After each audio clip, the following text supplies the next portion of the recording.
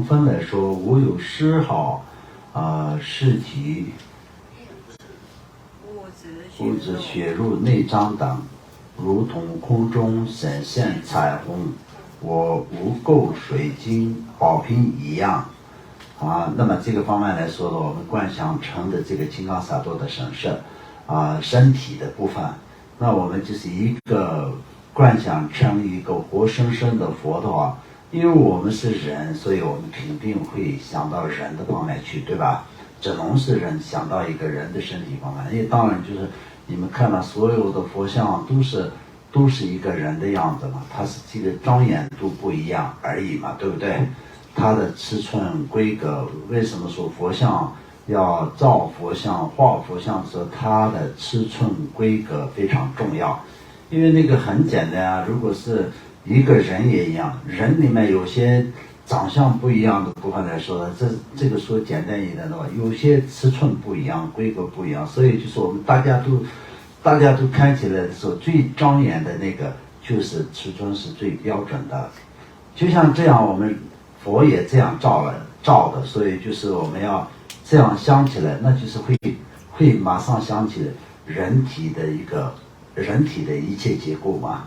骨头也好，血也好，肉也好，经络也好，这些都是我们人体的这个结构嘛，都是因为这些组成的，就是一个人，最后是用那个肉的这个皮包起来的话，这就是一个人嘛，对不对？但是我们观想的本尊的这个显现出的样子，就是一个我们所现在看到的一个佛的样子，但是它的整个的身体的结构呢，不是我们人一样有肉有血有骨头这样的，它完全是一个空中的影像一样，就像彩虹一样，它就是完全你可以观想成为金刚萨埵佛脸的白色的方面、红色的方面、黑色的方面，然后就是身体的各种衣服的颜色全部都是各种彩虹的光的颜色组成出来的它就是白色的部分呢，就是白色的光，黑色的方面就是黑色的光，然后蓝色的方面就是蓝色的光，各种光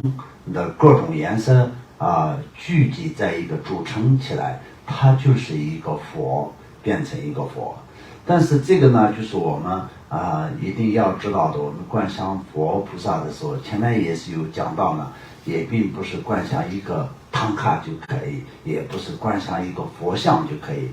佛像跟唐卡是只是起一个作用是什么呢？我们当初不知道释迦牟尼佛长得什么样子，那我们看过释迦牟尼佛的佛像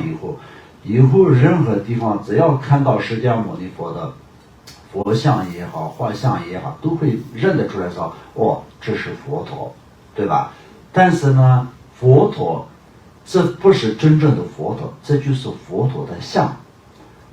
所以我们就是有看过的像，就这个就是佛陀。那我们就看过一个人一样，我们就今天要去见一个人，但是那个人你不认识，但是你先看过他的照片，那就可以凭这个你会认得出来这个人，就像这样。那你也一样，就是你就没有看过的一个人，你只是看过照片去那么去观想他的话，也是可以做得到的。因为什么呢？你看过他的照片，但是一个人的整个的身体的方面我们都很清楚嘛。所以所谓的活生生的佛，就是我们依照一个活生生的人来看那么就是他的样子就是这个样子的。但是不同的地方呢，对，这里还有一个讲到就是它的清净度。为什么说水晶宝瓶？因为水晶宝瓶呢，就是它是没有内跟外的干净与不干净、透明与不透明的这种的分别。所以这个里面来说到佛呢，就是完全没有任何这种烦恼跟业障所以呢，就是内外清净，就这个意思。如此明观后，自己存心意念。好，这个前面还有一个，我们就是讲到的就是它的这个清楚的地方。清楚的地方是它的明的部分，然后后面讲到就是他没有血没有肉这些方面的时候，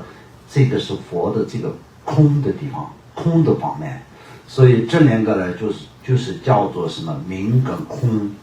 我们都说明空无别，或者是可以说明空赏蕴，都是一样的道理。明的部分呢，就是我们看到的，就是身色、身体的大小、样子、它的张艳度，包括衣服的颜色，全部都非常清楚的方面是明。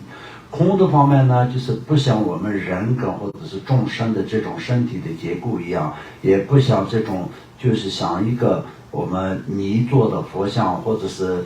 一个金属做的佛像，或者是木头做的佛像，或者是画上去的唐卡一样，没有这些物质的成品在成分在里面，它是完全就是一个怎么说呢，那个光所以这是空的方面但也这样的情况下，我们又像就是水中的月亮或者是空中的彩虹一样，它是一个完全没有什么怎么说呢，灵魂也没有智慧的这样嘛。但是我们人是有灵魂的，但是佛是没有灵魂，但是佛是张满智慧的，不是我们人的这种灵魂以充满执着的。那么佛呢，就是圆满智慧的一个这样的一个本体。所以呢，这当中来说的话，就明与空这两个无别也不是完全的空，也不是完全的明，这两个是无二无别的，也这样的这样的一个怎么说呢？那个观想出的本尊的它的样子跟它的道理就是这样来的。